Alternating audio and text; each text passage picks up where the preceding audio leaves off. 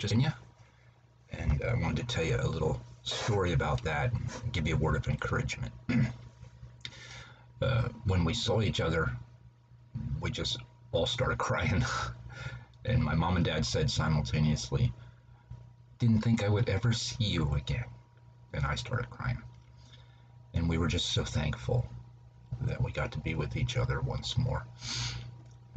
Throughout the week, I stayed with him every day, kind of visited with him every single day. We talked about all kinds of stuff. And one of the things that I did was I made sure that when they ate a meal, we sat with different people, and I would start a story and they would finish it.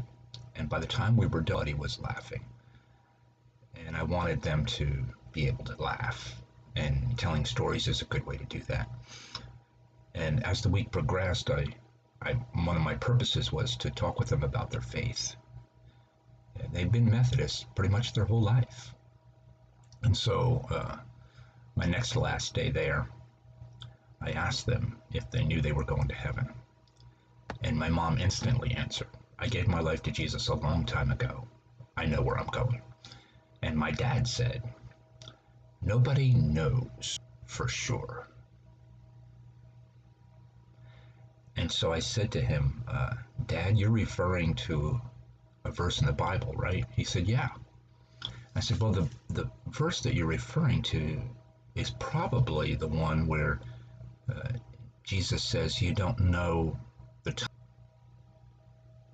when he'll come back. You can know for sure that you're going to heaven. And the reason that you worry so much about everything in your life is because you're still putting your confidence and your trust in yourself. And you fall short. I know the same thing.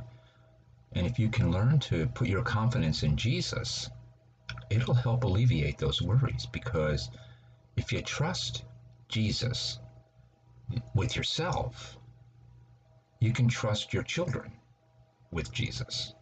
And that's really what you're worried about. And so we talked about what it means to put your confidence in Jesus. And my mom was right there with me, trying to help him. And in the end, for some reason, my dad would not relent. He almost as if he wants to worry. And maybe he's going to be 93. It's so ingrained in him. So if you're a worrywart like my dad, I'll tell you this. Worry is a sin. And it reveals a lack of trust in Jesus. If you trust Jesus for the things that you're worrying about, you shouldn't be worrying. He says in Matthew 6 that one of the ways that we can help ourselves is if we're people who worry, is we should consider the lilies or the birds. My mom and dad have bird feeders. Well, my sister Nina is a bird watcher, and her husband Bobby, so they have bird feeders in their yard. That's where I was sleeping at night.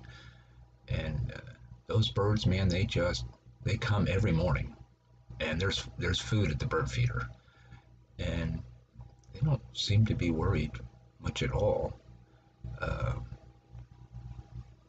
It's a good lesson for us. So I hope today, if you're worried about something, that you can cast your cares at the foot of the cross, and you can trust Jesus for whatever it is, and that will carry you a long, long, long way through to heaven's gate. You'll have a great, great day.